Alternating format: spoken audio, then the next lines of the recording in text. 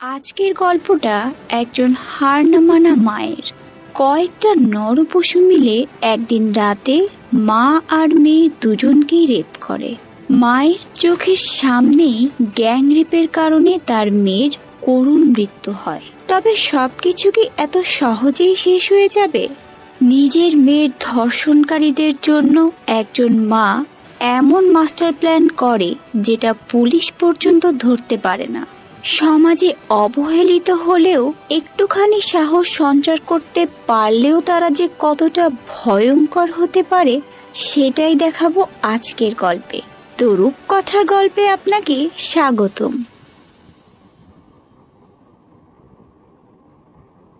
গল্পের শুরুতেই স্কুলের অ্যানুয়াল ফাংশনে টিয়া তার বান্ধবীদের নিয়ে রামায়ণের উপর প্রেজেন্টেশন সাবমিট করে। তাদের প্রজেক্ট সবার কাছে অনেক ভালো লাগে, তাই সকলেই তাদের ভীষণ প্রশংসা করে, আর তাতে টিয়া অনেক খুশি হয়। দৌড়ে স্টেজের পেছনে গিয়ে তার মাকে জড়িয়ে ধরে। টিয়ার মা বিদ্যা এই স্কুলেরই টিচার। এরপর মুখ্যমন্ত্রীকে ডাকা হয়। সে যখন স্পিচ দেওয়া শুরু করে তখন দেখে স্কুলের অ্যানুয়াল ফাংশনে তার ছেলেও এসেছে এবং তার বন্ধুদের সাথে মেয়েদের নিয়ে খারাপ মন্তব্য করছে। তারপর মুখ্যমন্ত্রী বিদ্যা আর তার দুই বান্ধবীকে অ্যাওয়ার্ড দেয় তাদের প্রেজেন্টেশন ভালো হওয়ার জন্য। স্কুলে অ্যানুয়াল ফাংশন শেষ হতে অনেক রাত হয়ে যায়। তখন বিদ্যা তার মেয়েকে নিয়ে বাসায় ফিরছে। রাস্তায় প্রচুর জ্যাম। এমন সময় টিয়া তার অ্যাওয়ার্ড পেয়ে ভীষণ খুশি হয়, তাই সে তার মায়ের সাথে অ্যাওয়ার্ড নিয়ে সেলফি তুলতে ব্যস্ত। আর বিদ্যা তার বান্ধবী ঋতুকে কল করে। ঋতু একজন আর্টিস্ট, আর সে তার এক্সিবিশনের জন্য ছবি পেইন্টিং করছে। তখন বিদ্যা ঋতুকে জিজ্ঞাসা করে এই রাস্তা থেকে বাড়ি ফেরার কোনো শর্টকাট রাস্তা জানা আছে কিনা, কারণ এই জ্যাম শেষ করে বাড়ি ফিরতে আজকে রাত এখানেই শেষ হয়ে যাবে। ঋতু তাকে জানায় মোবাইলে জিপিএস অন করলে শর্টকাট রাস্তা দেখিয়ে দেবে।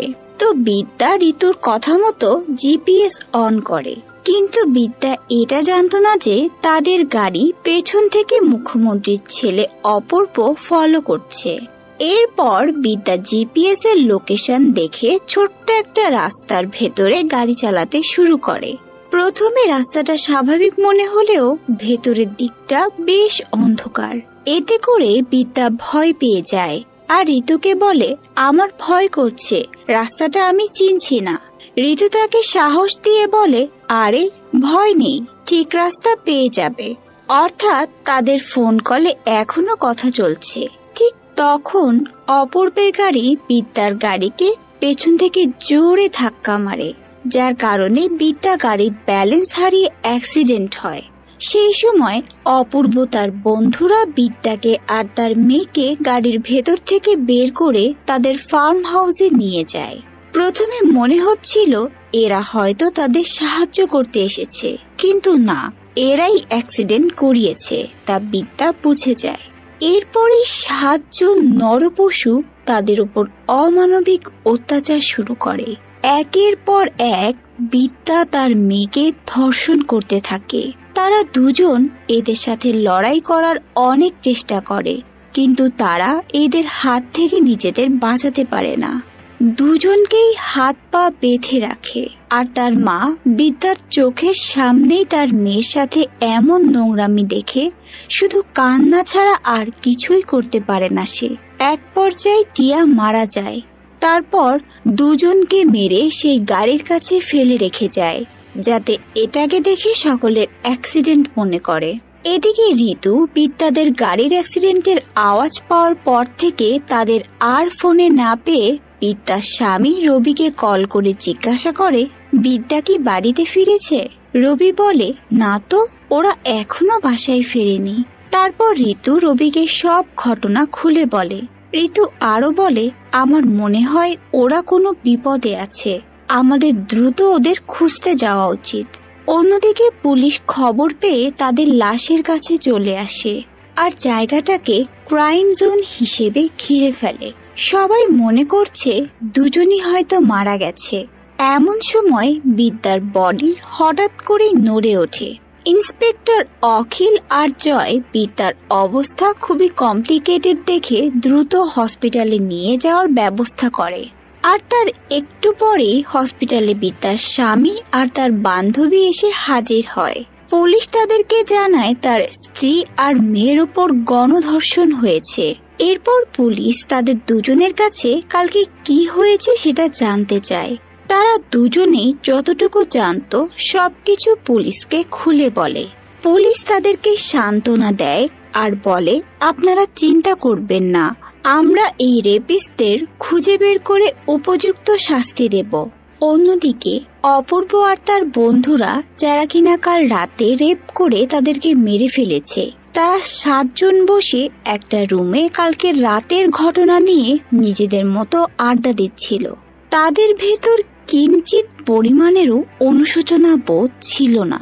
এমন সময় একজন টিভি চ্যানেল অন করতেই দেখতে পায় বিদ্যা আর টিয়ার রেপের বিষয়টা পুরো শহরে ছড়িয়ে পড়েছে।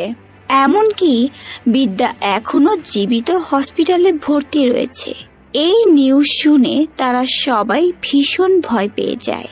আর সব থেকে বেশি ভয় পায় অপূর্ব, কারণ সে মুখ্যমন্ত্রীর ছেলে, তাকে সবাই চেনে। তার এমন কুকর্মের কথা ফাঁস হলে তাদের মান সম্মান ধুলোয় মিশে যাবে। সবাইকে বলে, বারবার করে বলেছিলাম চেক করতে, না ঠিকঠাক ভাবে মরেছে কিনা। তবুও অপূর্ব সবাইকে সান্ত্বনা দিয়ে বলে, তোরা চিন্তা করিস না, আমি আছি তো, বাবাকে দিয়ে ব্যাপারটা দেখে নেব। এদিকে হসপিটালে বসে সমস্ত ঘটনার জন্য তার স্ত্রীকে দায়ী করছিল। আর ঋতুকে বলে, ওকে কে বলেছিল শর্টকাট রাস্তা দিয়ে বাড়ি ফিরতে? আজকে ওর জন্য আমার মেয়ে রেপ হয়েছে, মারা গেছে। ঋতু বেশ রেগে গিয়ে বলে, তুমি কি বলছো? এখন তোমার উচিত তোমার স্ত্রীকে সাপোর্ট দেওয়া, তা না করে তুমি ওকেই সবকিছুর জন্য দোষারোপ করছো। কোনো মা কি চায় তার মেয়ের এমন পরিণতি হোক? তাদের দুজনের ভেতর এসব কথা নিয়ে তর্ক চলতেই থাকে। এমন সময় নার্স এসে বলে, স্যার, টিয়ার পোস্টমর্টেম কমপ্লিট হয়েছে। আর সবচেয়ে ভয়ঙ্কর সত্যি এটা যে টিয়াকেও গণধর্ষণ করা হয়েছে। আপনারা এখন ওর লাশ নিয়ে যেতে পারেন। এর পরদিন রবি তার মেয়ের সংস্কার করে দেয়। তখনই ঋতু ফোন করে রবিকে অনেক বেশি কথা বলে। ঋতু বলে, তুমি আর একটা দিন ওয়েট করতে পারলে না? টিয়া তো বিদ্যারও মেয়ে, ওকে একটাবার শেষ দেখার সুযোগ দিলে না তুমি? এমন একটা কাজ কিভাবে করতে পারো তুমি? এসব কথায় রবির কোনো কিছু যায় আসে না, তাই সে ঋতুর কল কেটে দেয়। এদিকে বিদ্যাকে জিজ্ঞাসাবাদ করার জন্য হসপিটালে ইন্সপেক্টর অখিল আর জয় আসে। নার্স পুলিশকে সাবধানে প্রশ্ন করতে বলে। এরপর পুলিশ জিজ্ঞাসা করে ঘটনাটা কখন, কিভাবে, কারা করেছে। বিদ্যা এতই অসুস্থ ছিল যে তেমন কিছুই বলতে পারছিল না, শুধু তার মেয়ের কথা জিজ্ঞাসা করে। তারপর যখন জানতে পারে তার মেয়ে আর এই পৃথিবীতে নেই, তখন সে আস্তে আস্তে ইশারায় সবকিছু বলতে শুরু করে। বিদ্যা বলে, ওরা 7 জন ছিল। পুলিশ জিজ্ঞাসা করে, আপনি কি ওদের ভেতরে কাউকে চিনতে পারবেন? হসপিটালে তার কেবিনে যখন টিভি নিউজ দেখানো হচ্ছিল, বিদ্যা আঙুল উঁচু করে মুখ্যমন্ত্রীর ছেলেকে দেখিয়ে দেয়। পুলিশ বিষয়টা বুঝতে পারে আর কোনো রকম কথা না বলেই তখনই সেখান থেকে চলে আসে। হসপিটাল থেকে বের হয়ে পুলিশ অফিসার জয় মুখ্যমন্ত্রীকে কল করে অপূর্বের এই ধর্ষণ লীলা জানিয়ে দেয়। এই কথা শুনে মুখ্যমন্ত্রী তার ছেলেকে জিজ্ঞাসা করে। তখন অপূর্ব বলে, টাকা দিয়ে সকলের মুখ বন্ধ করে দাও, সাথে সাথে এই কেসটাও পুরোপুরি বন্ধ করে দাও। অন্যদিকে একটু সুস্থ হলেই বিদ্যাকে হসপিটাল থেকে রিলিজ করে দিয়েছে। আর তার বান্ধবী ঋতু তাকে সাথে করে নিয়ে যেতে এসেছে। গাড়িতে যাওয়ার সময় ঋতু তার স্বামীর সব কথা খুলে বলে আর বলে, তোমার স্বামী তোমাকে নিয়ে ভাবে না, শুধুমাত্র নিজের স্বার্থটুকুই বোঝে। এসব বলতে বলতে ঋতু তাকে বাসায় পৌঁছে দিয়ে চলে যায়। তখন ঋতু বলে, আমি তোর জায়গায় হলে ওই সবগুলোকে খুঁজে বের করে মেরে ফেলতাম। প্রত্যেককে উপযুক্ত শাস্তি দিতাম। এদিকে বিদ্যা তার মেয়ের কথা কোনো রকমেই ভুলতে পারে না, বরং তার সকল কথা এবং তার স্মৃতি মনে পড়ে। তাই সে ভীষণ কান্নাকাটি করে। এক রাতেই চোখের পলকে সবকিছু শেষ হয়ে গেল। বিদ্যা কাঁদতে কাঁদতে তার মতো করে ঘুমিয়ে পড়ে। রবি এসে তার সাথে কোনো প্রকারই কথা বলে না, বরং সেও তার মতো করে ঘুমিয়ে পড়ে। আর বিদ্যা তার মেয়ের জন্য সবসময় খুব ছটফট করতে থাকে। পরদিন সকালবেলায় বিদ্যা পুলিশের কাছে তার স্টেটমেন্ট দিতে যাবে, এই জন্য রেডি হচ্ছিল।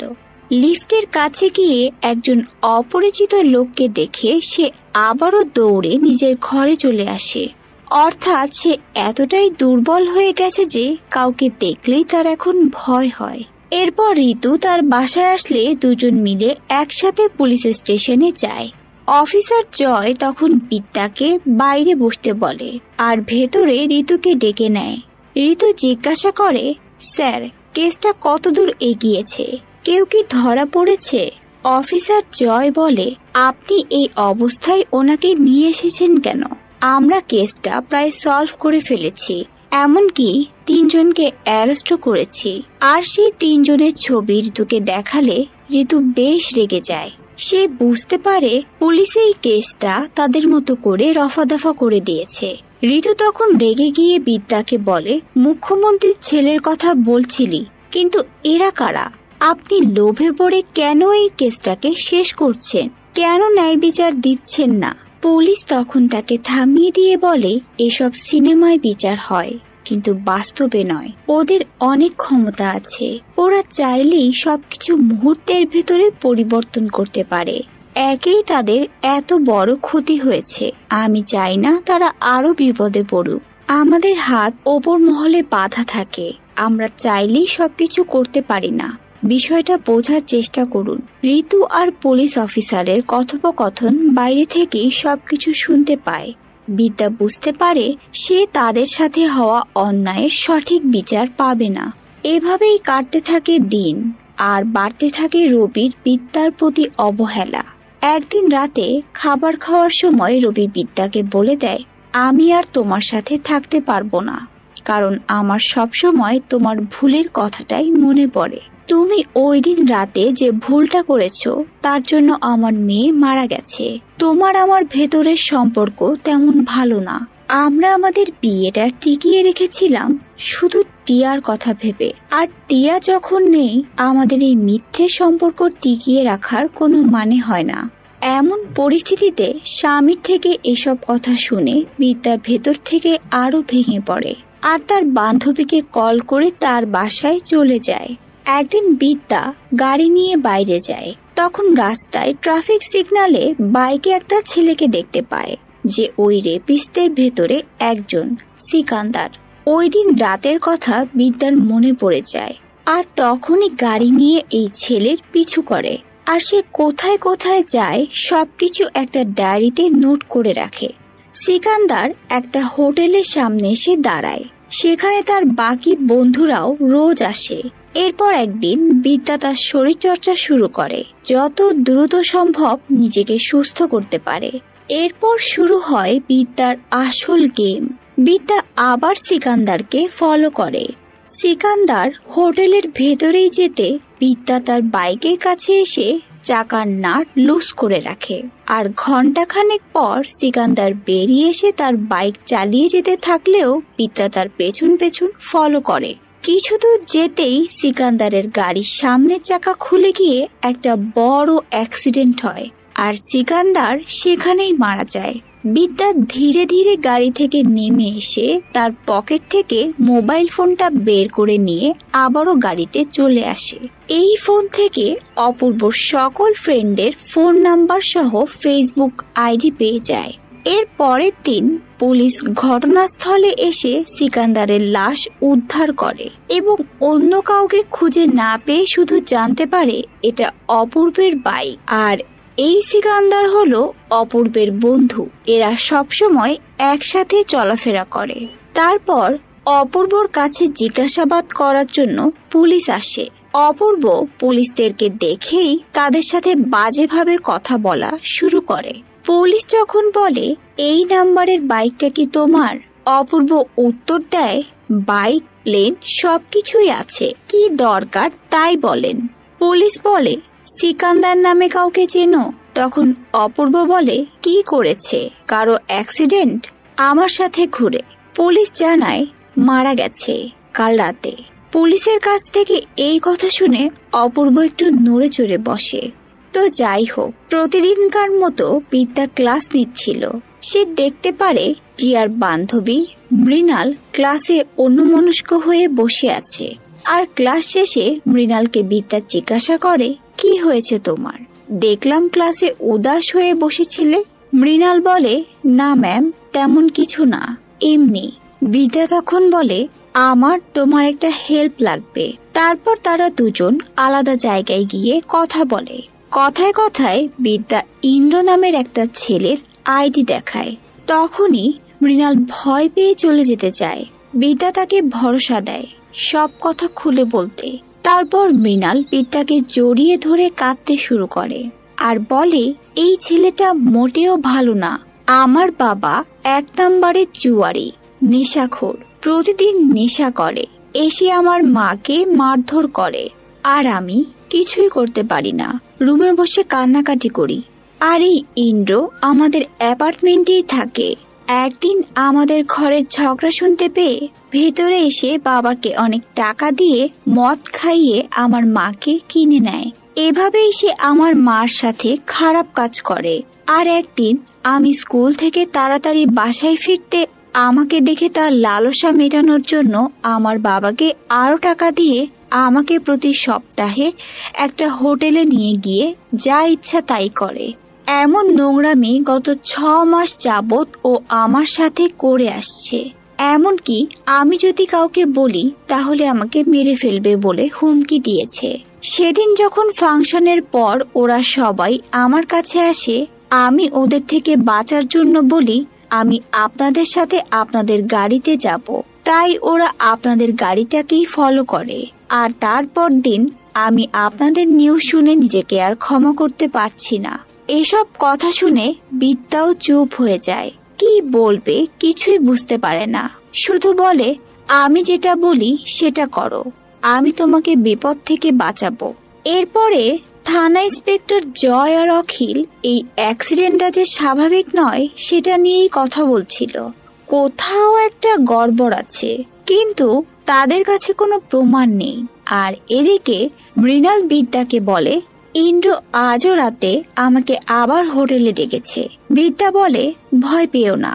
তারপরেই বিদ্যা গুগল সার্চ করে বিভিন্ন কেমিক্যাল দিয়ে বিষাক্ত পাউডারের একটা ওষুধ তৈরি করে মৃণালকে দেয়। এই হোটেলে ঋতুর আর্ট এক্সিবিশন থাকায় বিদ্যাও তার বান্ধবী এই হোটেলে হাজির হয়। অন্যদিকে ইন্দ্র হোটেলের রুমে এসে মৃণালের ওপর ঝাঁপিয়ে পড়ে। আর মৃণাল কৌশলে তাকে খাবারের সাথে এই পাউডার মিশিয়ে খাইয়ে দেয়।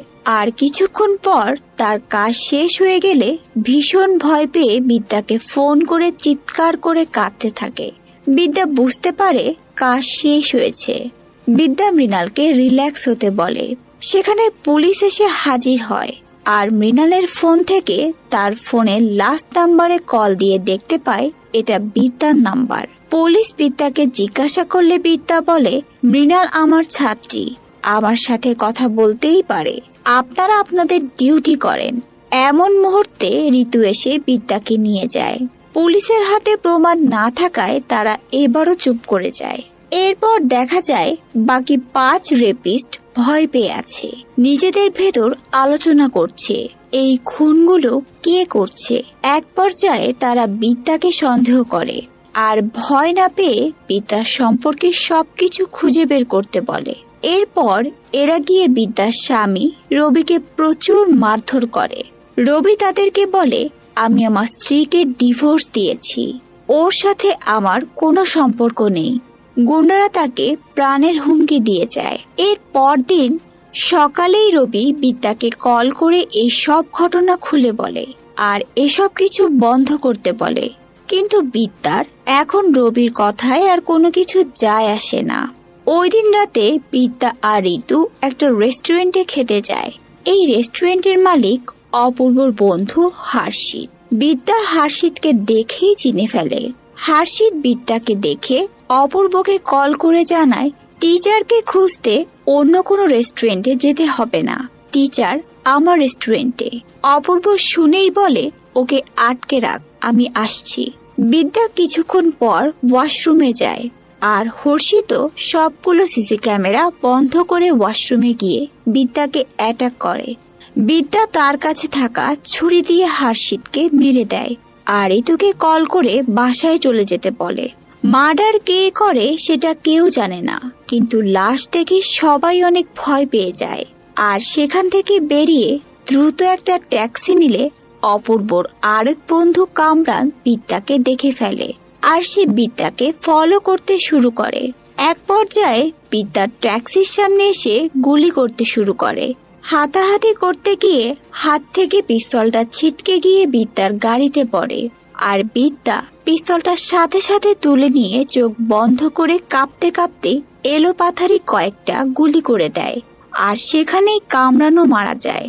আর এরপর বাসায় এসে ঋতু কি হয়েছে জিজ্ঞাসা করতেই বিদ্যা সবকিছু তার বান্ধবীকে বলে দেয়। এদিকে পুলিশ রেস্টুরেন্টের সিসি ক্যামেরা চেক করে বিদ্যাকে ওয়াশরুমের দিকে যেতে দেখে। পুলিশ অফিসার জয় অপূর্বকে আবারও কল করে জানায় আপনার দুই বন্ধু হর্ষিত আর কামরান মারা গেছে। যা শুনে অপূর্ব ভীষণ ভয় পেয়ে যায়। এদিকে পুলিশ সেই সময় বিদ্যার বাড়ি এসে হাজির হয়। বিদ্যাকে জিজ্ঞাসা করে সন্ধ্যায় আপনি কোথায় ছিলেন? ইদানিং কি যেন হচ্ছে, যেখানে কোনো মার্ডার হচ্ছে তার আশেপাশে আমরা আপনাকেই দেখতে পাচ্ছি।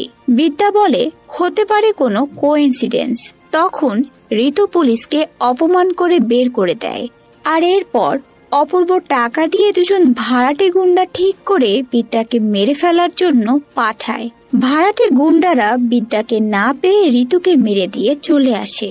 ঋতু গুরুতর আহত হলে তাকে হসপিটালে ভর্তি করা হয় আর হসপিটালে এসে ঋতুকে দেখে বিদ্যা বেশ ভেঙে পড়ে।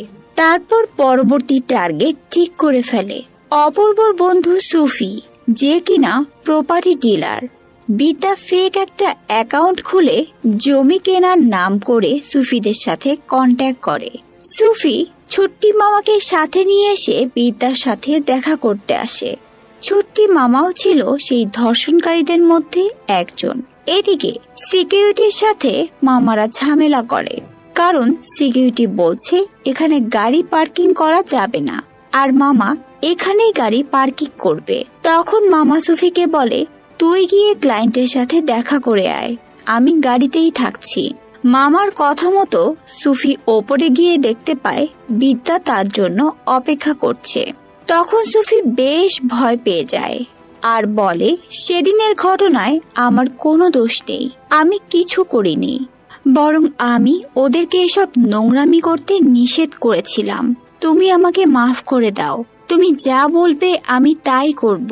তখন বিদ্যা বলে ফোন করে অপূর্বকে এই কথাগুলো বলো। তখন সুফি আর কোনো উপায় না পেয়ে বিদ্যার হাতে পিস্তল দেখে অপূর্বকে কল করে বলে আমি আর এভাবে ভয়ে ভয়ে থাকতে পারছি না, আমি পুলিশকে সব বলে দেব। অর্থাৎ বিদ্যার গেম ওভার।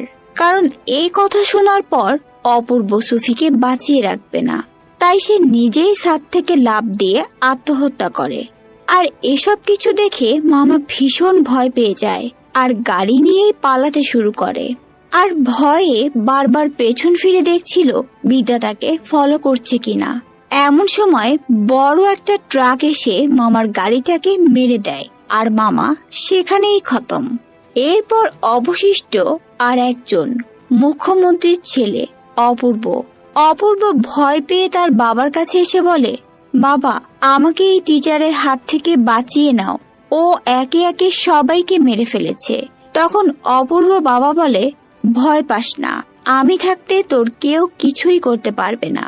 আর এই হোলির অনুষ্ঠানটা শেষ হতে দে, তারপরে টিচারের একটা ব্যবস্থা করছি। তখন মিনিস্টারের ছেলে বেশ অবাক হয়ে যায় আর বলে এদিকে তোমার ছেলে মারা যাচ্ছে আর তোমার কাছে হোলির অনুষ্ঠানটা বড় হয়ে গেল। তখন মিনিস্টার বলে, রেপ করার সময় মনে থাকে না? এখন এত ভয় পাস কেন? পলিটিক্সে তুই কি বুঝবি? জনগণের জন্য অনেক কিছু করতে হয়, নয়তো এই জনগণ আমাদেরকে বাঁচাবে না। এরপর শুরু হয় সেই হোলির উৎসব, যেখানে মুখ্যমন্ত্রীও আসে। বাড়িতে হাই সিকিউরিটিতে পুলিশ গার্ড দিচ্ছে, কিন্তু শেষ রক্ষা আর হলো না। বিদ্যা সকলের চোখ ফাঁকি দিয়ে মুখ্যমন্ত্রীর বাড়িতে চলে আসে। আর কিছু লোক বিদ্যা সেট করে রেখেছিল যাতে একটা ঝামেলা সৃষ্টি করতে পারে। যখন মুখ্যমন্ত্রী সবার সাথে হোলি খেলছিল, তখন একটা লোক গিয়ে মুখ্যমন্ত্রীকে ঠাস করে একটা চড় মারে। এই শুরু হয়ে যায় হট্টগোল। আর সেই ফাঁকে বিদ্যা বাড়ির ভেতরে ঢুকে পড়ে। মন্ত্রীও রেগে মেগে বাড়ির ভেতরে চলে আসে। মুহূর্তের মাঝে এই নিউজটা মিডিয়াতে ভাইরাল হয়ে যায়। এমন সময় অপূর্ব এসে বলে, বাবা কি হয়েছে? শান্ত হও। দুজনে কথা বলার মাঝখানে বিদ্যা এসে হাজির হয়, আর তারা কিছু বুঝে ওঠার আগেই মন্ত্রীকে গুলি করে দেয়। মুখ্যমন্ত্রী শেষ হয়ে গেলে তার ছেলেকে ধরে। অপূর্বকে সে অনেক মারধর করে বেহাল অবস্থা করে দেয়, তবুও সে তাকে জানে শেষ করতে পারে না। তার প্রতি এত ঘৃণা হয়, সে শুধু অপূর্বর উপর থুতু ফেলে। আর সেই মুহূর্তে রান্নাঘরে গিয়ে গ্যাসের লাইন খুলে দিয়ে আসে, আর দ্রুত বিদ্যা ওদের বাড়ি থেকে বেরিয়ে আসে। এমন সময় অপূর্ব সিগারেট ধরানোর জন্য লাইটার বের করলে পুরো বাড়ি ব্লাস্ট হয়ে যায়। মানে মরার আগে এমন পরিস্থিতিতেও তার সিগারেট খেতে হয়। পুলিশ বিদ্যাকে বাড়ির ভেতর থেকে বেরিয়ে আসতে দেখে, তবুও তাকে অ্যারেস্ট করে না, কারণ তাদের কাছে উপযুক্ত কোনো প্রমাণ নেই। যে কাজটা পুলিশের দরকার ছিল করার, সেই কাজটা বিদ্যা করে দেয়। এভাবেই সে একাই সব ধর্ষণকারীদের শাস্তি দেয়। আর কিছুদিন পর দেখা যায় টিয়ার বান্ধবী মৃণাল বিদ্যার কাছে চলে আসে। এভাবেই একজন মায়ের জয় হয়। আর আজকের ভয়ঙ্কর গল্পটা এখানেই শেষ হয়। মানুষ পাপ যতটা গোপনেই করুক না কেন, ফল তার প্রকাশিত হয়। আজকের গল্পটা তারই প্রমাণ। তো গল্পটা আপনাদের কাছে কেমন লেগেছে কমেন্ট করে অবশ্যই জানাবেন। আমার তো কান্না চলে আসছিল, মনে হচ্ছিল সবকিছু চোখের সামনে ঘুরছে। আপনারও যদি ঠিক এমন হয়ে থাকে কমেন্ট করে জানাতে কিন্তু একদমই ভুলবেন না। আবারও দেখা হবে নতুন কোনো গল্প নিয়ে। ততদিন পর্যন্ত ভালো থাকবেন। আল্লাহ হাফেজ।